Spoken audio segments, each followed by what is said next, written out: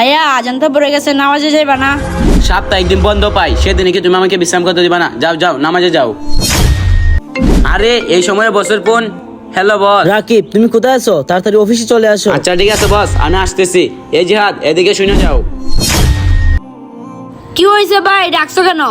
Office থেকে বসে phone দিছিল, বলছে অফিসে তাড়াতাড়ি যেতে হবে। তুমি তোমার বাবাকে গিয়ে বলো আমার জন্য নাস্তা রেডি। না ভাইয়া, তোমার অফিসে যাওয়া লাগবে না। আরে তুমি এগুলো কি বলতেছো? আমি যদি অফিসে না যাই তাহলে তো অফিসে বস আমার প্রতি নারাজ হবে। অফিসে না গেলে অফিসের বস নারাজ হবে। আপনি যে নামাজে যান না, আল্লাহ তাআলা কি নারাজ হয় না?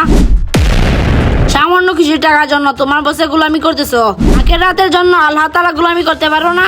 গোলামি করতে হবে আল্লাহ তাআলা, যে তোমাকে সৃষ্টি করেছে, যে তোমাকে হাত দিয়েছে, চোখ দিয়েছে, কথা বলার জন্য মুখ দিয়েছে, সব দিয়েছে, তার জন্য কি গোলামি করতে পারো না? সামান্য কিছু টাকার জন্য তুমি মালিকের গোলামি করতেছো। এখনো সময় আছে, নিজেকে পরিবর্তন করে নাও। সবকিছুর আগে নামাজ পড়তে হবে।